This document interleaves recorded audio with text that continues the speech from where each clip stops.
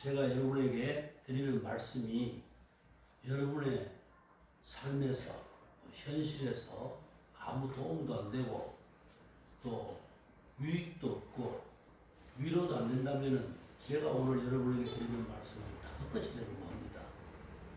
여러분들이 유익이 되도록 여러분들이 귀를 열고 마음을 열고 하나님의 말씀을 잘 경청하시기를 부탁하겠습니다. 제 말씀이 잘 들립니까? 뒤에까지? 오늘의 이 본문을 여러분이 좀 이해하기 쉽게 메시지 성경으로 우리말 성경입니다. 그것으로 옮겨보면 이런 내용입니다. 다시 한번 제가 본문을 읽어보겠습니다. 그 즈음에 예수께서 배고픈 무리들 앞에 다시 서게 되셨다. 제자들을 불러 말씀하셨다. 이 무리를 보니 내 마음이 몹시 아프구나. 이들이 사흘이나 나와 함께 있었는데 이제 먹을 것이 없다. 배고픈 채로 돌려보내면 가다가 쓰러질 것이다. 이 가운데는 멀리서 온 사람들도 있다. 제자들이 대답했다. 저희가 어떻게 하면 좋겠습니까? 여기 광야에서 어떻게 음식을 살 수 있겠습니까? 예수께서 물으셨다. 너희에게 빵이 얼마나 있느냐? 7개입니다. 그러자 예수께서 무리를 바닥에 앉게 하셨다. 예수께서 감사를 드리신 후에 빵 7개를 조금씩 떼어 제자들에게 주셨고 제자들은 그것을 무리에게 나누어 주셨다. 마침 거기에 물고기도 몇 마리 있었다. 또 예수께서 물고기를 가지고 감사를 드리신 후에 제자들을 시켜 사람들에게 나눠주게 하셨다. 사람들은 배불리 먹었다. 남은 것을 거두니 7자루였다. 식사한 사람이 좋기 4,000명이 넘었다. 쉽게 이렇게 해석하면 알아듣기가 쉽죠. 이것을 이제 700의의 이적이라고 합니다. 떡병자, 7자 떡병자, 7떡과 2마리의 물고기 이어 이 이적이 앞서서 마가복음 앞에 6장에 보면 6장 35절에서 44절에 보면은 5병의 이적이 기록되어 있습니다. 물고기 2마리와 떡 5개로 예수님께서 5,000명을 먹이고 12광주를 남게 하신 이적이 또 기록되어 있습니다. 요 사건이 앞서서 6장에 보면은 그리고 이제 본문에 떡 7덩이와 물고기 2마리로 4,000명을 배불리 먹이시고 7광주를 남기신 7병의 이적을 보여줍니다. 이와 같은 예수님의 놀라운 이적이 오늘날에도 일어날 수가 있겠는가라는 것입니다. 이 이적을 여러분들이 믿지 못하면은요, 오늘날에 이런 이적이 실화나 뭐 전설에 불과하다, 있을 수 없다 이렇게 생각한다면 여러분들이 이 말씀을 전해서 무슨 소용이 있겠습니까? 이런 이적이 충분히 일어날 수 있다고 믿어야 됩니다. 지금도 충분히 일어날 수가 있습니다. 예수님은 어제나 오늘이나 영원토록 동일하신 분이기 때문에 지금 하늘나라 하나님 우편 보좌에 앉아 계시지만은 지금도 우리를 내려다보시고 우리들의 형편과 처지를 다 아십니다. 예수님이 하시고자 하신다면 얼마든지 여러분들의 삶에 이적을 베풀어 줄 수가 있다는 것입니다. 그런데 왜 우리들에게 그런 이적이 안 일어날까요? 첫째는 이적을 필요로 하지 않을 때는 안 일어납니다. 여러분들의 힘으로 할 수 있는데 일부러 하나님께서 막 그냥 무슨 복권 터지듯이 그런 이적은 안 베풀어 주십니다. 네가 수고한 대로 먹을 것이다. 그 말씀과 어긋나거든요. 그렇기 때문에 여러분들이 아무리 마음에 원해도 여러분들이 충분히 할 수 있는데 이적은 안 베풀어 주신다 그 말입니다. 그러면 어떤 때 여러분들의 삶에 이적이 일어날 수 있을까요? 여러분들의 처한 상황과 기도가 주님의 마음을 움직일 만큼 절박하고 긴급해서 이적을 필요로 할 때 일어날 수가 있는 것입니다. 정말 긴급할 때요. 도저히 인력으로는 해결하지 못할 때 그때 주님의 도움이 필요하잖아요. 그때 주님께서 다 내려다 보시고 그때 이적을 베풀어 주십니다. 저는 그런 이적을 많이 체험했습니다. 아마 여러분들도 여러분들의 삶에서 그런 이적을 체험한 경우가 있었을 것입니다. 저는 많이 체험했습니다. 내 힘으로는 도저히 안 되겠다, 불가능하다 할 때 그때 정말 하나님께 간구하고 기도하고 이랬을 때 이적이 여러 번 이적이 일어났던 것을 저는 체험하고 있습니다. 이 예수님께서 이적을 보여주신 장소는 갈릴리 호수와 요르단강 동쪽에 위치한 데가볼리라고 하는 이방인 거주 지역이었습니다. 그렇기 때문에 본문의 이 군중들은 여기 한 4천여 명 이상 모였다고 했잖아요. 이분들은 거의 다가 이방인들이었습니다. 이방인들. 그러나 앞서 500여의 이적 때는 군중들 대다수가 유대인들이었습니다. 그런데 700여 때는 이방인들을 대상으로 이런 이적을 베풀어 주셨다는 것입니다. 이 사실이 무엇을 의미합니까? 이것은 예수님이야말로 유대인의 구주가 되실 뿐만 아니라 이방인의 구주, 곧 만인류의 메시아가 된다고 하는 사실을 보여주시는 것입니다. 믿지 않는 사람들한테는 이적을 안 베풀어 주시느냐? 아니라 그 말이에요. 믿지 않는 사람들에게도 예수님은 이적을 베풀어 주신다는 거예요. 여기 지금 데가볼리에 모인 군중들은 이방인들이었거든요. 유대인들이 아니었어요. 그래서 오늘 본문 말씀을 한번 차근차근 상고해 보기로 하겠습니다. 1절을 보십시다. 또 큰 무리가 있어 그랬어요. 또 큰 무리가 있어. 여기 또라는 말이 있죠. 또 큰 무리가 있어. 어게인이라는 뜻이 어게인, 다시, 또다시. 오병의 이적 때의 유대인들의 무리와는 다른 또다시 모인 이방인의 무리, 이런 뜻입니다. 또다시 모인 이방인의 무리. 그래서 1절에 예수께서 제자들을 불러 이르시되 그럽니다. 먼저 예수님이 제자들을 불러서 그렇게 말씀하십니다. 500의 이적 때는 그렇지 않았어요. 제자들이 먼저 때가 저물어가며 예수님께 나와 여짜오되 이곳은 빈들이요 날도 저물어가니 무리를 버려 두루 촌과 마을로 가서 무엇을 사먹게 하옵소서. 마가복음 6장 35절에 36절에 보면은 먼저 제자들이 간청을 했는데 이번에는 예수님이 먼저 이야기했습니다. 먼저. 그러나 여기서는 제자들을 먼저 주님께서 부르시고 말씀하십니다. 내가 무리를 불쌍히 여기노라.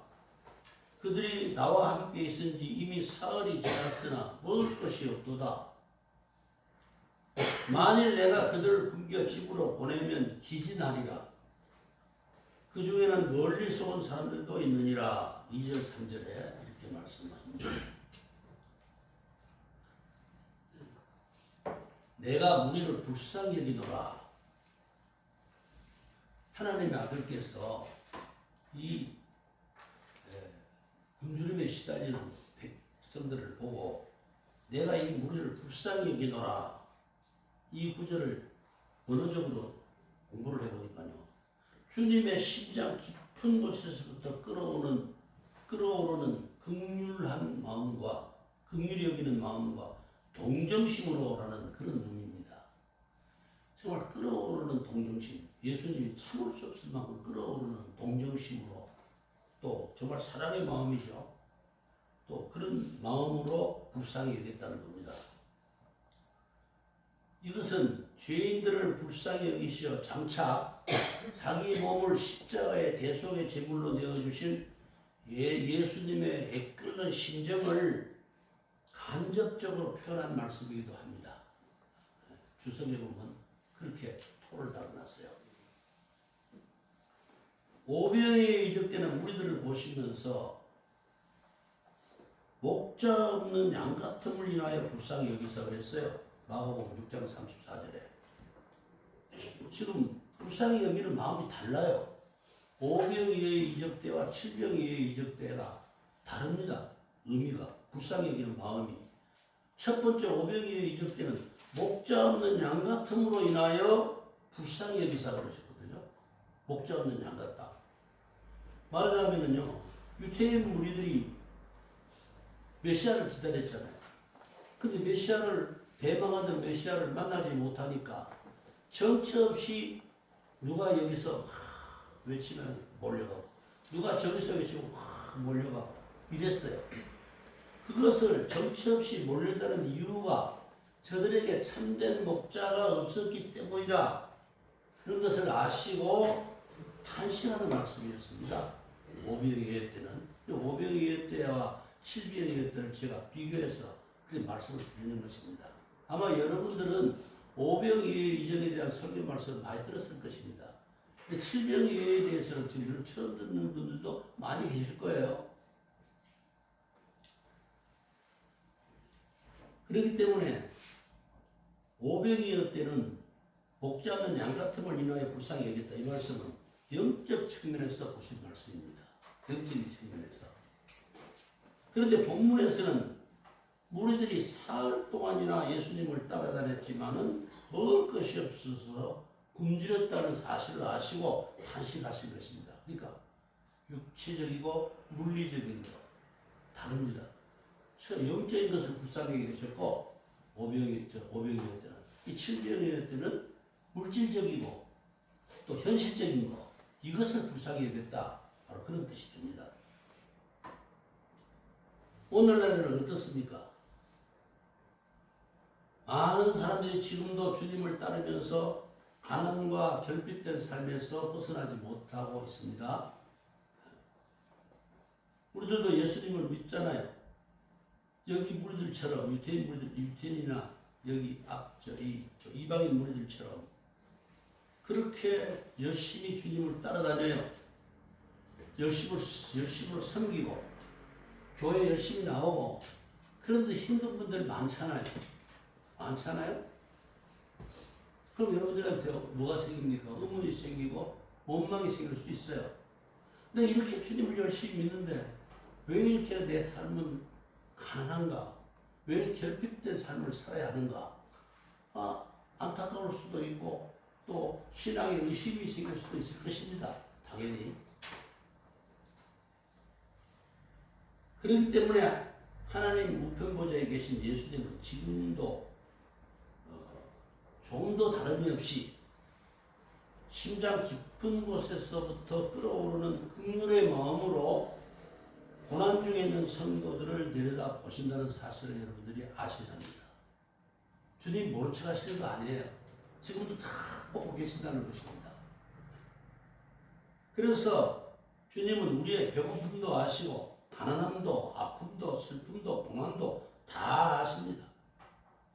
우리의 광야 같은 인생 여정이 얼마나 고달프고 힘들다는 것도 너무나 잘 아십니다. 모르시는 분이 아닙니다. 그렇기 때문에 지금 이때도 그 무리들의 배고픔을 헤아리시면서 저희가 먹을 것이 없도다. 만일 그들을 굶겨 집으로 보내면 길에서 기진하리라. 3절에. 너무나 소상하게 알고 계시잖아요. 그 무리들 4,000명이 아니거든요. 실제로는. 남자들만 4,000명이라고 그랬거든요. 그러면 실제 두세 명의 가족들이 같이 왔다 그러면요, 10,000명도 넘을 수도 있어요. 이 많은 사람들이 굶겨서 그냥 굶어서 집으로 돌아가면 가다가 쓰러지는 사람들이 있을지도 모르겠다. 3일 동안이나 굶었으니까. 왜 굶었습니까? 예수님 말씀을 사모하고 예수님의 어떤 그 초자연적인 능력을 기대하면서 모여있어요. 예수님을 따라다니는 사람들입니다. 그런데 3일 동안 굶었어요. 우리들도 열심히 신앙생활을 하지만 예수님 따라다니면서도 힘들고 가난할 때도 있고요. 기진맥진할 때도 있어요. 이거 똑같이 우리가 받아들여야 합니다. 그래서 예수님은 자신의 가르침을 사모하고 초월적 능력을 기대하면서 자기와 함께 3일 동안이나 있었지만 배고픔을 참고 있었다고 하는 사실에 많이 마음이 아파하셨다는 것입니다.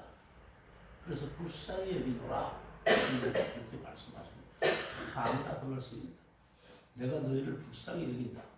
우리가 이런 모진 세파에 또 힘들고 어려운 세상에서 아둥바둥 살아가는 것도 우리 주님 다 보시고 불쌍히 여기시고 계신다는 것을 우리가 알 수 있습니다. 물론 주님께서는 저들의 영혼 문제에 더 깊은 관심을 두고 계십니다.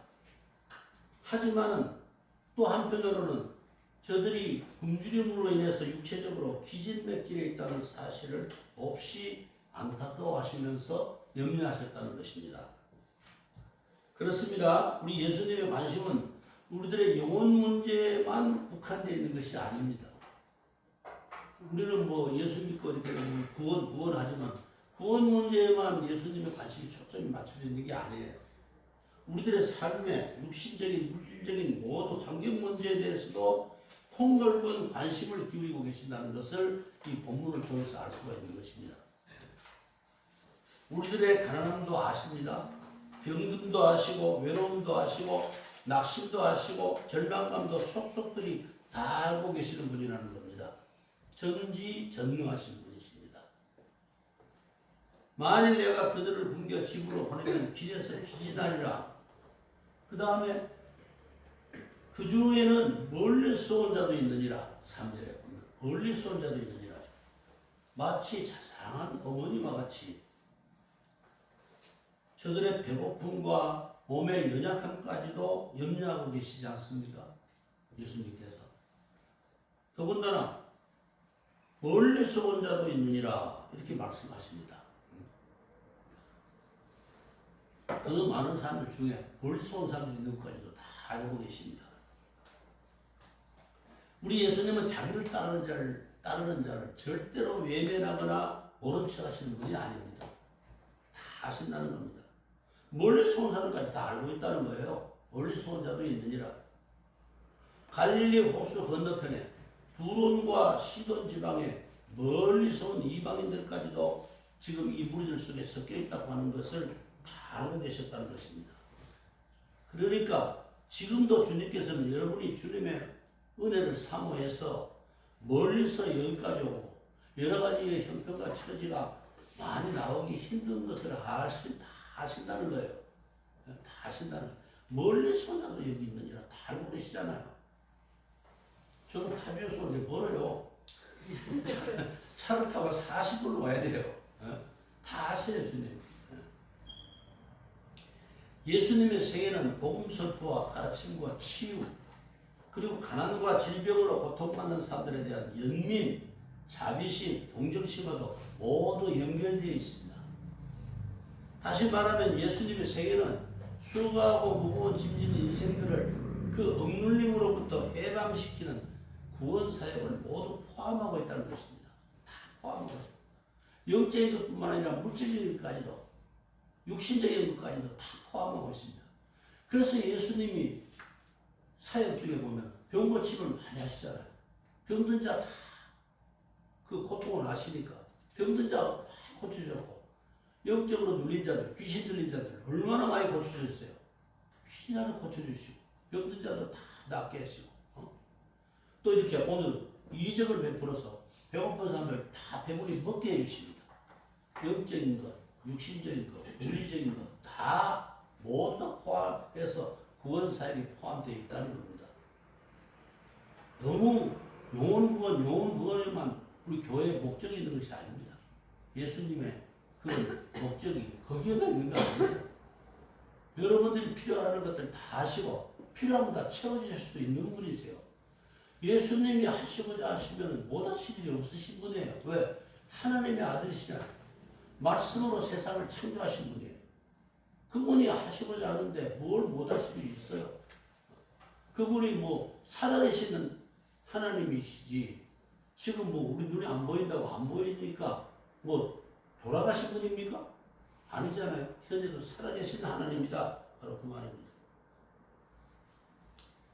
이제 제자들에게 이렇게 묻습니다. 4절에 이 광야 어디에서 떡을 얻어 사람들로 배부르게 할 수 있으리까? 이 질문을 가만히 생각해 보십시오.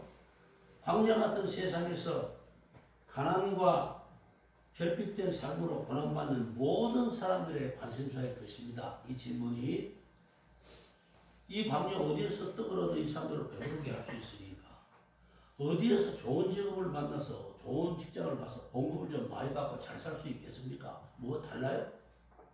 알고 보면 같은 뜻입니다. 모두의 관심사입니다. 그런데 제자들이 무슨 능력으로 이 광야의 들판에서 수천 명 굶주린 사람들의 급식을 해결해 줄 수가 있겠습니까? 제자들로서는 불가능한 일입니다. 그런데 이 제자들을 가만히 생각해 보세요. 예수님 처음부터 따라다니는 사람들이잖아요.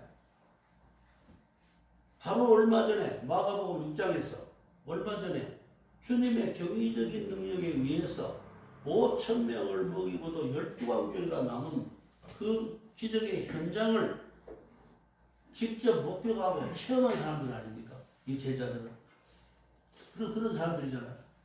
그런데 지금 와서 하는 말이 뭡니까? 이 광야가 어디에서 떡을 얻어 이 사람들로 배부르게 할 수 있으니까 500의 이적을 체험한 제자들이 지금 똑같은 이상한 소리를 하고 있어요. 예수님의 이적을 믿습니까? 안 믿습니까? 안 믿고 있잖아요. 안 믿고 있는 거예요. 이 제자들이.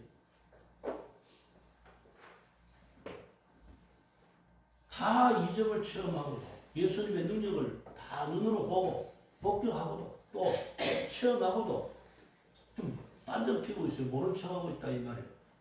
다 잊어먹은 거예요. 우리가 주님께 받은 은혜가 참 많지만 시간 지나면 금방금방 잊어버려요. 은혜는 물에다 띄어보내는 거예요. 다 금방금방 흘러가는 거예요. 다 잊어버리고 나쁜 것만 기억하고 있어. 나를 왜 이렇게 힘들게 하십니까? 나를 좀 도와주실 수 없습니까? 주님은 능력이 있으시잖아요. 좀 도와주세요. 왜 안 도와주십니까? 이럽니다. 우리들도 그럴 때가 있죠. 이 제자들처럼 불신앙적 질문을 하고 있는 것입니다. 이 광야 어디에서 떡을 얻어서 배부르게 할 수 있겠습니까? 힘든 일에 직면하면 여러분들 어떻게 합니까? 여러분들 믿음 다 좋다고 그렇게 나름대로 믿음으로 살지만 정작 힘든 일에 부닥치면 어떻게 하죠? 어떡하지? 어떡하나 이 일을? 그러지 않아요? 주님을 믿고 있고 주님과 함께 동행한다고 하고 찬송도 그렇게 부르고 신앙생활도 그렇게 하면서 막상 어려운 일 부닥치면 이거 어떡하나? 이거 어떻게 하지? 이 문제를 어떻게 해결해야 되지? 이러고 쩔쩔맬 때가 얼마나 많아요? 이 불신앙적 태도를 보이고 있는 것입니다. 지금 제자들이 그렇잖아요. 예수님의 이적을 체험하고 어디 광야에서 어떻게 떡을 구해가지고 이 사람들을 배부르게 먹게 할 수가 있겠습니까? 이런 거 묻잖아요. 제자들은 오병이의 이적 때 아까 6장에 마가복음 6장에 무리를 보내어 두 촌과 마을로 가서 무엇을 사먹게 하옵소서 했어요. 이 사람들 잘 보내봅시다. 마을을 보내가지고 알아서 자기 돈으로 사먹게 하십시오. 이 말이죠. 아주 인간적인, 아주 보편적인, 상식적인 이야기 아닙니까? 주님을 따라다니면서 이적을 체험하고 주님의 능력을 믿는다고 하면서도 막상 현실에서는 그렇게 못해요. 믿음을 그렇게 못 옮긴다 그 말이에요. 믿음대로 못 산다는 그 말이죠. 무엇을 사먹게 없어서. 이 500여 때는 무엇을 그 촌과 마을로 다니면서 사먹게 없었는데 여기서는 이 광야 어디에서 떡을 얻어 이렇게 말합니다. 뭐가 문제라는 겁니까? 무리를 먹일 만한 장소와 음식을 조달할 방법이 없는 것이 문제입니다. 이 말이에요. 어떻게 조달하죠? 이 많은 사람을 먹일 만한 음식을 어디서 조달합니까? 그럼 어디서 먹입니까? 이 많은 사람들을. 이걸 묻고 있는 거죠. 만약에 우리들도 이러한 난제, 삶 속에서 난제에 부닥치면 힘든 일을 만나면 어떻게 합니까? 이거 큰일인데 누구에게 도움을 청하지? 잘 믿고 기도도 많이 하는 분들이 이런 사람을 많이 봤어요. 누구한테 도움을 구하지? 우리 큰아버지한테 가볼까? 큰아버지는 그래도 돈이 많은데. 누구한테 가보지? 우리 선배한테 가볼까? 친구한테 손을 벌릴까? 당장에 현실적으로 이 세상으로부터 도움을 구하려고 합니다. 우리가 주님을, 이 능력의 주님을 믿는다고 하면서 그렇게 못하고 있어요. 왜 가장 먼저 무릎 꿇고 주님께 빌어야지? 주님께 기도해야지. 주님은 제쳐놓고 먼저 이 드리고 저리 드리고 나면서 정말 좌고우면합니까? 어? 저도 그런 경험이 있거든요. 나중에 정말로 절박한 수건까지 이르니까요. 그때는 사람이 안 보이고 하나님이 보여요. 저도 옛날에 사업하다가 한번 큰 실패를 해가지고 내가 아주 전국적으로 큰 사업을 했었는데 MBC에도 KBS 천하장사 싫은데 스폰서도 해보고 다 했어요. 그런데요, 막상 사업을 완전히 말아먹고 나니까요, 처음에는 막 일선 뛰다니면서 아유 은행에 돌아올 거는 많지요. 당좌수표도 막아야 되고 다 막아야 돼. 못 막으면 이게 구속당하잖아요. 당좌수표 못 막으면. 이리 뛰다니고 저리 뛰다니고 이 사람 저 사람한테 손 벌려보고 다 해봤어요. 나중에는 다 안 돼. 다 돌아서고 외면해요. 나중에는 어떻게 되지 아십니까? 그 사무실에, 그때 사무실에 한 80평 됐어요, 부산에서. 한 80평 됐는데, 아무도 없어. 다 이제 떠나버리고, 직원들조차. 예? 몇십 명의 직원들 다 떠나고요. 나중에 내가 혼자 불 꺼놓고, 책상 위에 무릎 꿇고 앉아서 하나님께 기도했어요. 그때는 하나님밖에 안 보여. 예? 정작 막상, 여기도 손 벌리고 저기 손 벌려도 안 되니까, 최후로는 진짜 하나님을 찾게 되더라, 그 말이에요. 근데 그렇게까지 하지 말고, 미리 어려운 일이 있으면 주님께 부탁하세요. 주님 좋으신 분이잖아요. 아주 소곤소곤 하듯이 그렇게 부탁을 드려보세요. 주님이 들어주시나 안 들어주시나. 여러분들이 감당 못할 쯤 되면 어떻게 하신다고요? 감당 못할 쯤에는 피할 길을 내사 너희로 능히 감당케 하시느니라. 그랬잖아요. 너희가 감당치 못할 시험당함을 허락지 아니하시고 감당치 못할 즈음에는 너희에게 피할 길을 내서 너희로 능히 감당케 하시느니라 그랬잖아요. 네. 하나님 그렇게 해주겠다고 그랬어요. 그런데 지금 이 제자들이 똑같은 불신앙적 태도를 취하고 있습니다. 무슨 일이든지 다 하실 수 있는 예수님을 먼저 찾아야 하는데 그렇게 하지 않습니다. 그렇기 때문에 우리는 시시때때로 우리들의 믿음을 성찰하면서 살아야 됩니다. 내 믿음은 어떤가? 과연 나는 어떤가? 나도 그렇지 아니한가? 나를 진단해 봐야 돼요. 예수님이 말씀하십니다. 현실적으로 들어가서 또 예수님이 해결책을 먼저 제시하십니다. 너희에게 떡 몇 개가 있느냐? 이렇게 물으셔요. 우리 예수님은요, 창조 때 이 예수님이 아닙니다. 창조주 예수님이 아니에요. 이때는. 있는 것을 가지고 거기서의 기적을 일으키시고 무에서 유를 창조하시는 예수님이 아니었다 이 말이에요. 여기서 현실적으로는.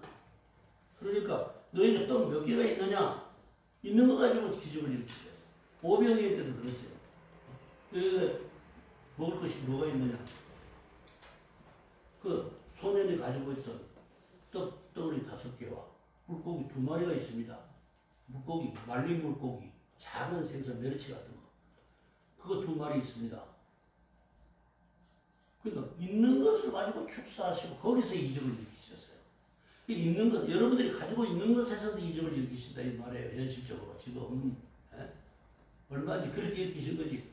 하늘에서 뚝 떨어지듯이 그렇게 무슨 이적을 우리가 바라서는 안 돼요. 현실에서는 예수님은 한 번 창조한 것을 재창조 안 한다고 하면 한 번 창조를 새롭게 무에서 유를 창조 안 하신다 그 말이에요. 있는 것에서 있는 것을 창조하신다 그 말이에요.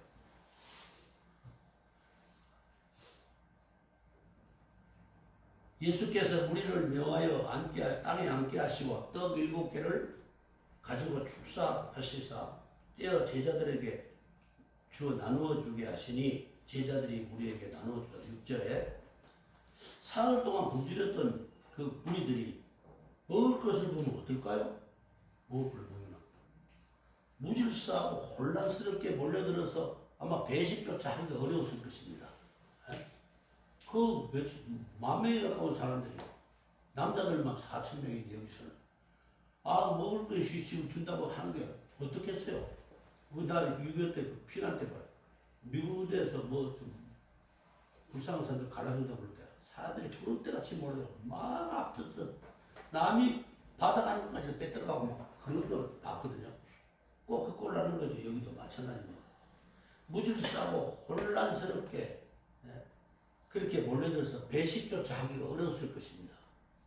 그렇기 때문에 오병의 이적 때는요, 우리 주님께서 원칙과 질서를 중요시하게 여기시기 때문에 주님께서 지시를 하셨어요.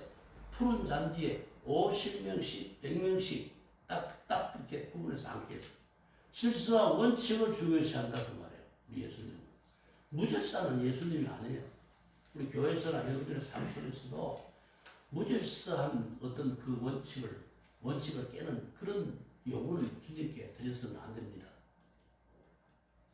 근데 여기서는 모두 그냥 땅바닥에 앉게 했다고 했어요. 왜냐하니까 시간적으로 늦은 저녁이었고 아마 장소가 맨 땅이었기 때문이 아닐까 이런 생각을 하게 됩니다.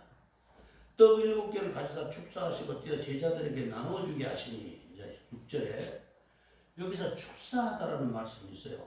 이 말씀은 헬라어 유카리스테스라는 말입니다. 여러분들 이거 안 해도 됩니다. 유카리스테스라는 말인데 감사한 마음을 가지다. 감사를 돌리면서 하나님께 감사를 돌리면서 감사와 영광을 돌리면서 감사의 마음으로 가지고 축사하셨다. 축복 기도를 하셨다.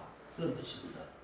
그런데 오병의 이적 때는 이 축사하시고와 달라요. 뜻이 700일 때하고 지금 700일 때는 유카리스테스 감사한 마음을 가지고 기도하셨다. 축복 기도를 하셨다. 이 뜻입니다. 오병이일 때는 헬라어 율로게센이라는 말인데 이 말은 하나님의 은혜를 찬미하며 축복하다 이런 뜻이에요. 하나님의 은혜를 찬미하며 하나님께서 은혜를 베푸실 것을 믿고 찬미하면서 축복 기도를 했다. 그런 뜻이 돼요. 달라요. 율로게센, 유카리스테서스 이렇게 달라요. 뜻이. 하나님의 은혜를 찬미하며 축복하다 이런 뜻입니다. 그러니까 오병이일 때는 하나님의 기적을 믿고 그 은혜를 감사하는 축복 기도였고 7병일 때는 그래도 자연스럽게 축복하면서 그렇게 기적을 바라고 또 이루어 주실 것을 믿고 그렇게 축복 기도하셨다는 것입니다. 근데 여기서 신기한 것은요. 주님이 권능의 손길로 권능의 손으로 이 떡을 뗄 때마다 계속해서 떡이 떼어져 나왔다는 것입니다. 이것이 이제 이 기적이죠. 떡, 그 7덩어리 해서 떡을 뗄 때마다 계속해서 떡이 나왔다는 거예요. 계속해서. 그 손이 무슨 손입니까? 하나님의 손이잖아요. 사람의 손으로는 그렇게 안 되잖아요. 하나님의 손이니까 되는 거야. 하나님은 천지를 창조하신 분. 무에서 유를 창조하신 분이잖아요. 그런데 그 하나님의 손길로 떼면 나오고 떼면 나왔다는 거예요. 떡을 떼니까 계속해서 나왔다. 그것을 떼어져서 나오는 떡을 제자들이 바쁘게 받아가지고 제자들이 바빴을 거예요. 계속 나오니까 또 열심히 갈라줘야 되잖아요. 바쁘게 받아서 우리들에게 나눠줬다는 것입니다. 마치 엘리야가 사르밧의 과부를 축복할 때 밀가루 통에 가루가 계속 채워졌습니다. 퍼내면 또 채워지고 퍼내면 채워지고 기름병에 기름이 따르면 또 채워지고 따르면 채워지고 구약 시대 때 엘리야 때도 그런 일이 있었잖아요. 엘리야도 하는 일을 왜 예수님께서 못 하시느냐. 얼마든지 떡을 뗄 때마다 자꾸 떡이 나왔다는 거예요. 작은 생선 2마리가 있는지라 이게 축복하시고 내가서 이것도 나눠주게 하시니 이 작은 생선은요 유대인들이 식사 때 이 빵과 함께 곁들여 먹는 그런 말린 물고기였습니다. 이거를 계속 공급해 줬다고 합니다. 예수님이 이 친히 배고픈 우리들에게 사람들을 위해서 베풀어 주신 이것은 초자연적 은혜이지만 역사적이고 실질적인 사건이다. 이렇게 우리들이 받아들여야 합니다. 전설이 아니에요. 전설이 아닙니다. 전설도 아니고 또 현실이라고 하는 사실을 여러분들이 믿어야 합니다. 우리나라에도 헐벗고 굶주렸던 이 나라가 지금 경제 대국에 육박하고 있어요. 기적이 일어난 거예요, 우리나라에. 여러분들은 몰라. 유교도 안 겪어봤고 1960년대, 70년대 안 겪어봐서 몰라요. 우리는 겪어봤잖아. 기현성이라는 가수가 보릿고개라는 노래를 부르는데 나 노래 부를 때마다 칭찬을 해요. 아, 저 사람 지금 시대가 얼마나 변했는데 지금 무슨 보릿고개 하면 사람들이 알아듣나? 저 노래를 왜 궁상맞게 왜 부르는 거야? 제가 그래요. 진짜 그랬거든요, 그때는요. 근데 이제 기적이 일어났잖아요. 요새 바꾸는 사람 없어요. 바꾸는 사람 없습니다. 국가에서 얼마나 복지가 잘 됐는지 이제 기초생활 수급자들 웬만한 사람들보다 더 먹고 사는 불편한 게 없이 잘 살아요. 그만큼 나라가 좋아졌어요. 기적이 일어난 거 아닙니까? 우리나라도 현실적으로 기적이 일어났어요. 기독교 선교 역사 140년 만에 이런 이적이 일어난 거예요. 우리나라도. 기독교 선교 100주년이잖아. 100주년. 140년. 그런데 우리들은 어떻습니까? 사흘 동안 따라다니면서 굶주렸던 그때 그 무리들처럼 우리들도 예수님을 삼함에 따라하지만 부족하고 결핍된 삶의 환경에서 벗어나지 못할 때가 얼마나 많습니까? 지금도 힘든 일이 많죠. 사업하는 사람 사업에 힘들어, 직장이 문제가 되는 사람 직장이 힘들어, 여러 가지 힘든 일이 많을 것입니다. 좀 더 많이 가졌으면 좋겠다. 좀 더 편했으면 좋겠다. 좀 더 넓었으면 좋겠다. 좀 더 먹었으면 좋겠다. 좀 더 좋은 거 입었으면 좋겠다. 우리의 결핍된 욕구가 끝없이 분출됩니다. 항상 부족을 느끼면서 삽니다. 우리들은. 그렇기 때문에 우리가 이 말씀을 통해서 정말 필요로 한다면 주님은 주실 것입니다. 여러분들이 한번 구해보십시오. 정말 간절하게 필요하면은 500이여 700의 이적이 일어날 수 있다는 것입니다. 이 현실 속에서. 우리 간증을 통해서 많이 듣는데요. 그런 분들 많이 들었어요. 제 간증을. 배불리 먹고 남은 조각 7경제를 거두었으며 사람은 약 4,000명이었더라. 여자와 아이들을 제한 떡을 먹은 남자라고 했어요. 500인들을 보면은. 이와 같이 주님의 축복에는 조금도 부족함이 없습니다. 배불리 먹고, 이 성경에 앞에 500일 때도 그랬고, 이제 700일 때도 배불리 먹고가 들어가요. 배불리 먹고. 아주 만족할 만큼 풍족하게 먹고 이 말입니다. 배불리 먹고. 조금도 부족함이 없습니다. 주실 때는 주님이 우리가 힘들게 살면서 노후에서 채우려고 하지만은 그러나 주님이 축복으로 주실 때는요, 차고 넘치도록 채워주시는 분이라는 거예요. 배불리 먹을 만큼. 배불리 먹고 남은 조각이 7바구니, 저 12바구니, 차고 넘을 만큼, 남길 만큼 많이 주신다는 거예요. 주시면. 안 주실 때는 여러분들이 부족해서 쩔쩔매지만 한번 주시기로 작정하면은 차고 넘치도록 주시는 분이라는 거예요. 주님은 째짝이 안 줘요. 사람처럼 찔끔찔끔 이렇게 안 주십니다. 아주 주실 때는 아주 풍족하게 먹고 남을 만큼 풍족하게 주시는 분이라는 거예요. 저는 요새 그거 느끼면서 살고 있어요. 만년에 진짜 축복을 많이 받고 살아요. 부족한 거 정말 없어요. 먹고 싶은 거 다 먹죠. 입고 싶은 거 다 입죠. 정말 부족한 거 없어요. 근데 만약 이것에 불만을 가지면 좀 넓은 집으로 이사 갔으면 좋겠다. 좀 더 맛있는 거 먹었으면 좋겠다. 이럴 거 아닙니까? 근데 주님의 은혜를 감사하면서 만족을 느끼니까요. 족한 줄 아니까 너무 감사한 것 뿐이에요. 감사해요. 모든 것이. 이러한 사건이 무엇을 예표하는 걸까요? 영적으로. 이것은 장차 우리들이 하나님 나라에서 누릴 풍성한 은혜의 잔치를 예표하는 것입니다. 장차 혼인잔치, 공중 혼인잔치, 이거 예표하는 거예요.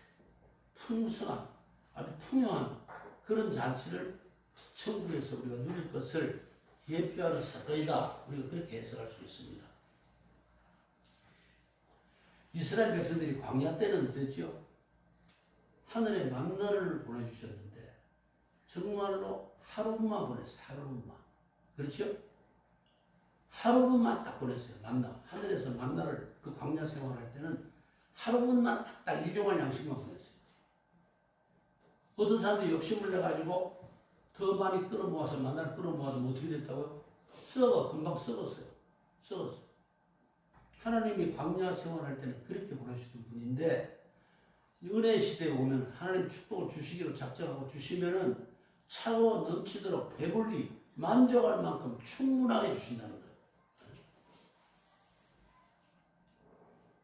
그렇기 때문에 빌립보서 4장 19절에 나의 하나님이 그리스도 예수 안에서 영광 가운데 그 풍성한 대로 너희 모든 쓸 것을 채우시리라. 빌립보서 4장 19절에 신약시대에 와서 이렇게 축복의 말씀을 하십니다.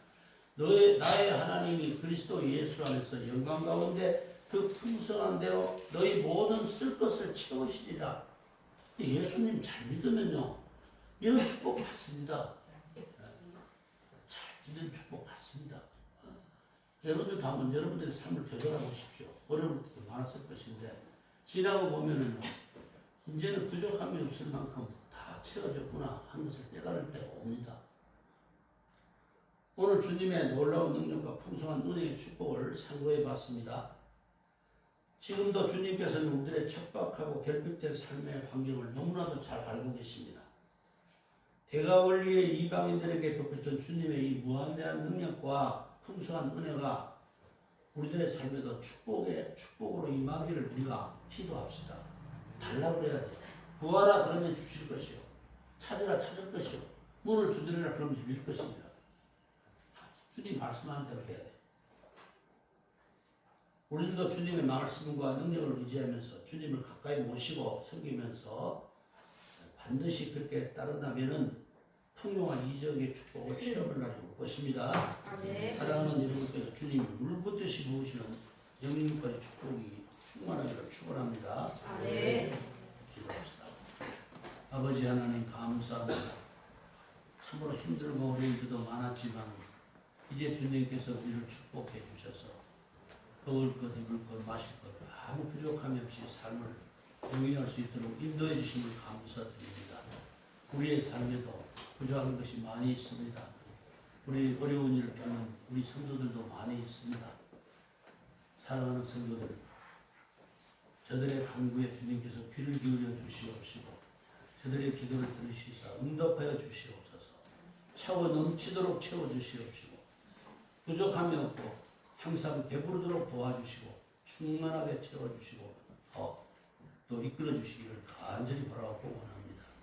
아버지 하나님, 우리들의 결핍된 삶을 다 보충해 주실 줄로 믿사오며 예수님의 거룩하신 이름으로 기도드리옵나이다.